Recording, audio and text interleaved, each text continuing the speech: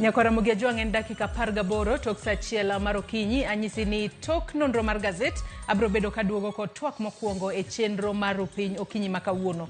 Twak mabende wadwa twak e Nyakora Ramogi Ajwang' otudore kod yiero kos e mbalariany. Magi duto timore tok ka mano Kenya Universities and College Central Placing Services mano KUPS odiochieng' manyoro oyawo ayanga mbui margi kata portal margi mar mondo mi jopuonjre manotimo KCSE e higa mar 2023 gi mago manotimo penj e kind higa mar 2022 oyud thuolo makende mar yiero courses mopogore opogore magibro bedo ka gitimo obede mbalariany obede colleges kuonde tiegruok mag tije lwedo TVET kuonde tiegruok mag jochiw thieth KMTC kachiel kod kuonde mopogore opogore oyier course magidwa timo to magi duto timore ahinya kwa ng'eyo ni duoko mag penj mag KCSE mar higa mar 2023 notim ka itiyo kod grading system manyien mabende no yangi e pacho kae. Kata kamano e kinde makoro oseyaw portal ni jopuonjre nyalo yiero course e kinde magi yiero course gin ang'o monego bed ni ging'iyo kapok nyathi oyiero course mopogore opogore nikech wang'eyo ni nitiere jopuonjre mago manoyudo A plain, nitiere mago manoyudo A-, nitiere mago manoyudo B+, B+, B- kachiel kod C. Onego bed ni giyiero courses mage tang'o monego bed ni ginono kapok giyiero course. To ting' mar janyuol e konyo nyathi e yiero course en mane. Mane momiyo kinyi makawuono antiere kae kod Dr. John Oluoch, Director Placement and Career Development mano ka KUPS. Obro bedo koleronwa matut ahinya kotudore kod yiero course e mbalariany. Machiegni ahinya daktari e twak mar okinyi makawuono ichiwo nade? Achiwo maber Joyce, erokamano kuom luonga. Machiegni ahinya. Nyakora Ramogi Ajwang' in bende kamoro amora mitudri kodwa okinyi makawuono inyalo tudri kodwa kichwalonwa paro penjo moro amora kokale namba mar ote machuok 236000 kaka pile mbui marwa mar Facebook ibiro yudowa achiel kachiel Ramogi TV X @Ramogi TV. An bende inyalo tudri koda kokale Facebook page mara ibiro yuda Joyce Oduor, mbui mara mar X ibiro yuda @Joyce Oduor _ kochako twak mar okinyi makawuono. Ang'eni gwenyruok nyalo bedo, ang'eni jomoko ponono nitiere kod gwenyruok e paro. Ni nyaka sani koro iyiero course e mbalariany. Matine ni jopuonjre manotimo penj mar higa mar 2023 ok ne giyiero course e kinde mane gitimo form 4 nikech ang'eyo ni chon cha ng'ato nikelo ne otese mag mbalariany ka entiere skul kacha ting'ise ni ero koro yier course midwa timo kachiel kod mbalariany midwa timo. Pogruok nitiere kanye gi sani makoro ka KUPS oyawo portal margi.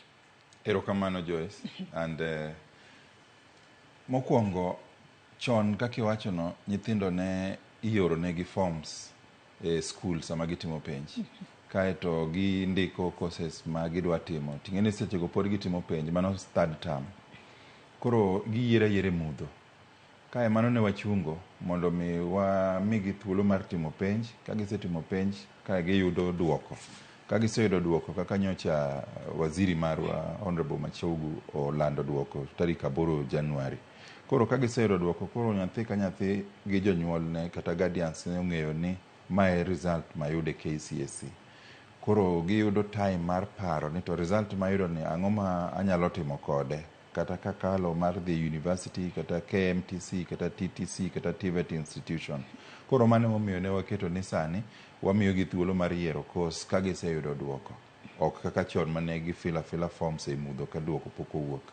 Erokamano. Chenro ma kamano ang'eno nego bed ni chakore ayango odiochieng' manyoro kendo nego bed no rumo tarik 22 dwe ni. Ang'o ma onego bed ni gitimo? Wang'eni nitiere jopuonjre manoyudo alama mar A, nitiere mago manoyudo B, nitiere nyaka mago ma nyaka sani ang'eni mago manotimo penja e higa mar 2023 ema ponono chiwne gi thuolo mar dhi e mbalariany kaachiel kod kuonde mamoko. Modong' gi manotimo penja kind higa mar 2022 gibro bedo ka gidhi e TVET kende. Kata kamano japuonjo nego bed ni ng'iyo ang'o ka yiero course ahinya kwa ng'iyo ni grading system sani koro pogore gi mano mane timo chon. Ang'ene grading system manyien ni nyaka sani koro ing'iyo kwano gi subject motime maber mar dhok obed mano mar English kata Kiswahili kod mano mar Kenya Sign Language.